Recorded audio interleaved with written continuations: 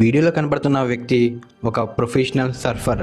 అంటే సముద్రం మధ్యలోకి వెళ్ళి సర్ఫింగ్ చేస్తూ ఉంటారు. అయితే ఒకరోజు అతను చిన్న బోట్ తీసుకుని ఒక ఏరియాలోకి వెళ్ళి సర్ఫింగ్ చేద్దామని వెళ్తుండగా అతను ఒక పెద్ద తిమింగలం అనేది ఎదురవుతుంది. ఆ తిమింగలం చూసి అతను గుండె జారిపోయినంత పని అవుతుంది. ఎందుకంటే అతనికి తెలిసినంత వరకు తిమింగలం ఒకేసారి 5 మనుషుల వరకు మింగేస్తుందని. అక్కడ ఉన్నది కేవలం ఒక చిన్న బోటు, అతను మాత్రమే. తిమింగలం ఆహారం కోసం నోరు తెరిచి అలాగే గంట సేపు ఉంటుందంటే మీరు నమ్మగలరా? అవును, అది నోరు తెరిచి గంట సేపు ఉంటుందంట. ఎందుకంటే చిన్న చిన్న చేపలు కానీ పక్షులు కానీ దాని నోట్లోకి వెళ్తే అది ఒక చేపలాగా తెరిచి ఉంటుంది.